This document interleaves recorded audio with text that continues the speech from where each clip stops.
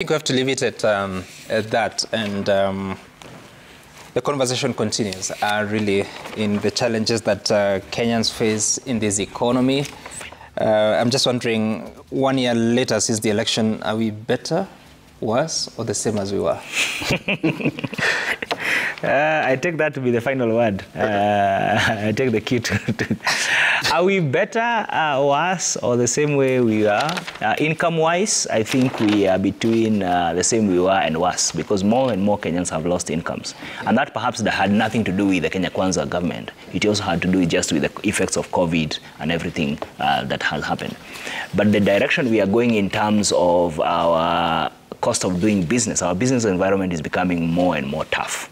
Yeah, it's becoming more expensive to do business here in Kenya, and I'm sure you've brought lawyers here who have told you more and more companies are asking, where else can we set up? You know, where else can we set up? Because this place, we are happy to sell our goods here, but producing here, yeah, so it's becoming more and more expensive. That then indicates for you almost a negative direction. Okay. In that sense. In terms of our politics, I feel our politics is still same old, same old. You know, shouting at the top of the roof. My challenge to, and I say this in a forum we were with him, my challenge to parliamentarians and senators is we've given you a space where you can discuss these things and make decisions on our behalf. We should not all look powerless. That's true. You know, we should not all come out here. You know, and so and that's why, for instance, and finally for me, I think a continuous working together is the solution. That's why Dr. Muller has said we are working very closely even with their committee just to unpack these things around debt and continuing to engage with the various. But from the side of government, our ask is give us information. All right. Dr. Mulu, better, worse, or same place, just older? No, I agree with what Dr. Rugo is saying. We are negative direction.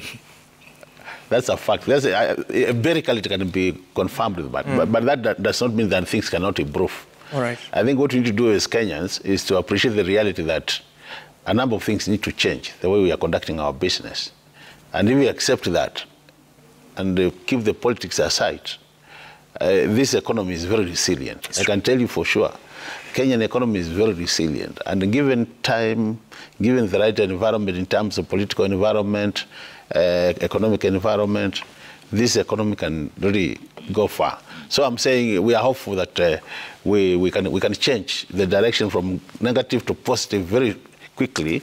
And I'm happy about what is happening now with the rains. You know, God was very gracious to us. Most areas are going to get bumper harvest. Okay.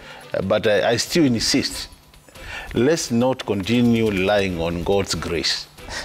Let's come up with programs and projects which can turn around the issues. Yeah. We have talked about irrigated agriculture for many, many years.